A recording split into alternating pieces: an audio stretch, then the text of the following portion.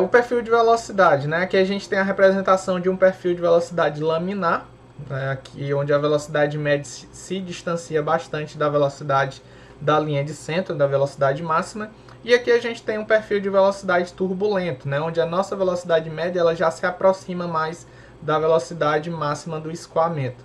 Observem, né, que aqui a gente tem vamos dizer assim, uma aceleração suave do escoamento, né, uma variação de velocidade suave do escoamento, desde a posição da parede até a linha de centro, enquanto que aqui a gente tem uma aceleração mais rápida, né, uma variação de velocidade mais rápida, depois essa variação se torna mais suave, né, a gente tem uma variação mais suave.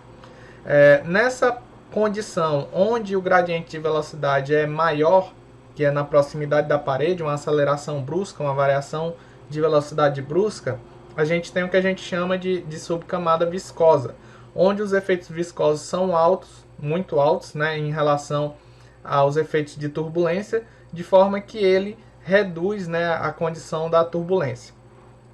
Em seguida, a gente tem uma camada, essa buffer layer, que é uma camada já onde os efeitos de turbulência começam a se desenvolver de forma a começar uma redução nos gradientes de velocidade. Depois a gente tem uma camada de transição e em seguida a camada que é de fato a camada turbulenta, né, mais próxima da região central. Nesse conceito, o que a gente tem? Aqui a gente tem a definição de tensão de parede, né, uma definição aproximada, né, o meu du, dy, ele foi aproximado a u sobre y, né, uma relação linear aqui na proximidade. E aqui, né, se eu trouxer a densidade para fora, multiplicar, na verdade, pela densidade, a minha viscosidade ela passa a ser uma viscosidade cinemática. Então eu posso passar a densidade dividindo a tensão e eu chego a essa expressão aqui. A tensão na parede sobre a densidade do fluido é igual a viscosidade cinemática vezes a velocidade sobre y. A gente observa que esse termo aqui é um termo que tem unidade de velocidade ao quadrado e ele é um termo constante, a tensão de parede é constante, densidade vamos considerar que seja constante também, então isso aqui é uma constante que tem por unidade de velocidade ao quadrado. Na verdade, por dimensão velocidade ao quadrado. Então, a gente opta, né, por converter esse termo em um termo de velocidade normalizada, que é chamada de velocidade de atrito. Então a gente tira a raiz quadrada dele e ele passa a ter a dimensão de velocidade. Então esse termo aqui, raiz quadrada de tensão na parede sobre densidade, é chamado de velocidade de atrito. Para que a gente utiliza esse termo aqui, certo? Então, se a gente trouxer ele para dentro dessa expressão, substituindo aqui, eu vou ter velocidade de atrito ao quadrado, certo? E aí eu posso passar essa velocidade de atrito ao quadrado, um dos termos dele, dividindo aqui. Então eu vou ter essa expressão que é velocidade sobre velocidade de atrito. Passo o y multiplicando para cá, viscosidade cinemática dividindo, e eu tenho esse outro termo. Esses dois termos eles são adimensionais, né? Porque aqui eu tenho uma dimensão de velocidade, que é na minha velocidade de atrito, e aqui eu tenho dimensão de velocidade. Então, aqui eu tenho um termo que é chamado adimensional, né? Ele não tem dimensão. Esse outro termo também não tem dimensão. E na subcamada viscosa, essa equação aqui, né? Essa expressão, ela é uma expressão válida, certo? Na subcamada viscosa. Esse termo aqui de U de velocidade sobre velocidade de atrito, a gente pode chamar de U+, e esse segundo termo aqui a gente chama, né, convenciona chamar ele de Y+. E aí na condição de subcamada viscosa a gente tem uma igualdade entre U+ e Y+, certo? Que vai ser uma velocidade normalizada e aqui vai ser uma distância de parede normalizada, né? Um termo sem dimensão, relacionando velocidade com uma expressão que tem por dimensão também velocidade. Quando a gente passa, né, para analisar a espessura dessa subcamada viscosa, a gente tem essa expressão, né, que vai ser 25 vezes a viscosidade cinemática sobre o Uzinho, né, que seria a velocidade quase saindo, né, ali da camada viscosa. Ou ela pode ser representada também por 5 vezes a viscosidade cinemática sobre a minha velocidade de atrito, certo? Aqui a gente tem, né, as variáveis, né, não adimensionais, né, o y+, que vai representar uma distância de parede, e o mais, que vai representar uma velocidade. Quando a gente passa para outras regiões, né, fora da minha subcamada viscosa, quando a gente começa a se distanciar da parede, o que é que acontece?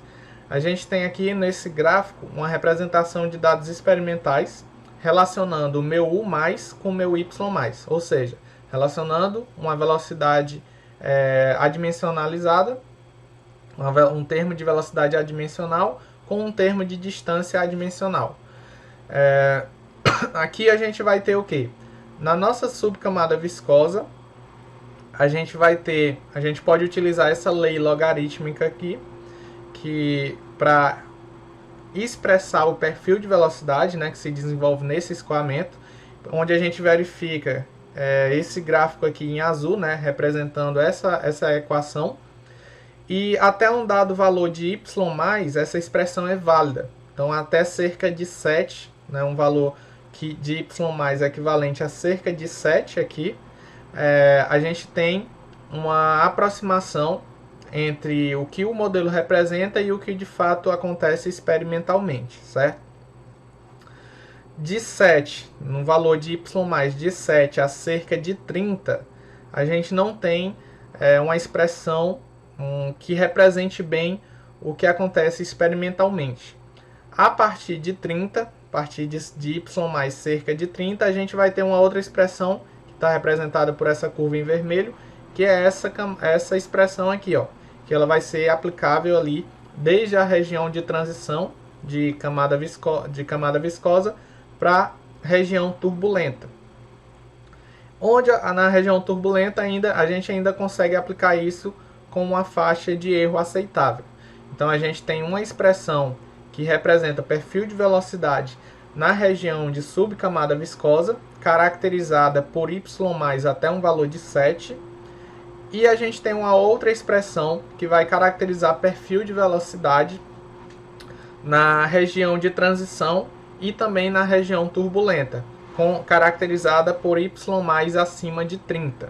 Então, para y+ até 7 eu consigo aplicar essa expressão para definir um perfil de velocidade. Para y+ acima de 30 eu consigo aplicar essa expressão para a definição de um perfil de velocidade, certo?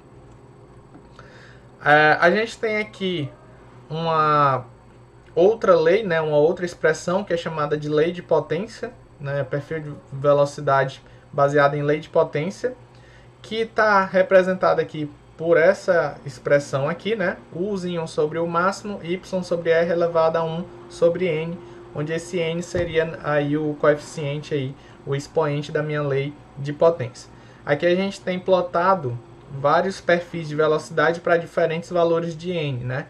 Então aqui a gente tem um perfil de velocidade laminar, aqui turbulento com n igual a 6, turbulento com n igual a 8, turbulento com n igual a 10. Então a gente também pode estar utilizando para escoamento turbulento esse modelo aqui para representação de perfil de velocidade.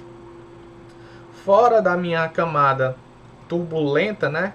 Na verdade lá na linha de centro do meu escoamento, né? Imagine, né, num escoamento na tubulação, imagine a linha de centro. Então na linha de centro a gente pode definir a velocidade por meio dessa expressão, que é aquela lei anterior, essa lei aqui, essa mesma equação aqui, só que considerando o y, né, na linha de centro e o u também na linha de centro, que aí no caso o y passa a ser o raiozão, né? Essa lei de potência ela é válida em que situações? Ela vai gerar erro na proximidade da parede, porque ela tem aqui um perfil quase que linear, então ela não coincide com dados experimentais quando a gente está muito próximo da parede, né?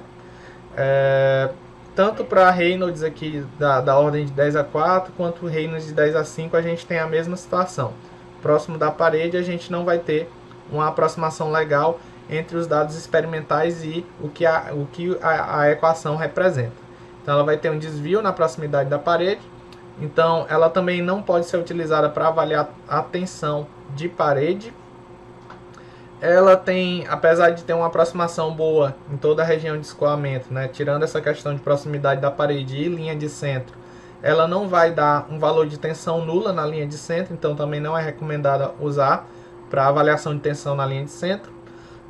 E para tubos lisos, com escoamento completamente desenvolvido, com Reynolds acima de 20.000, a gente pode utilizar essa expressão para avaliar o meu Nzinho, né, que vai estar ali na minha lei de potência. Então, esse primeiro vídeo a gente viu alguns aspectos mais teóricos sobre tensão e perfil de velocidade para um escoamento interno nas condições de consideração de turbulência. No próximo vídeo a gente vai estar tratando mais sobre perda de carga, que é um assunto um pouco mais prático. Esse primeiro vídeo é mais para você ter uma visão geral sobre definição de perfil de velocidade e distribuição de tensão para escoamento interno.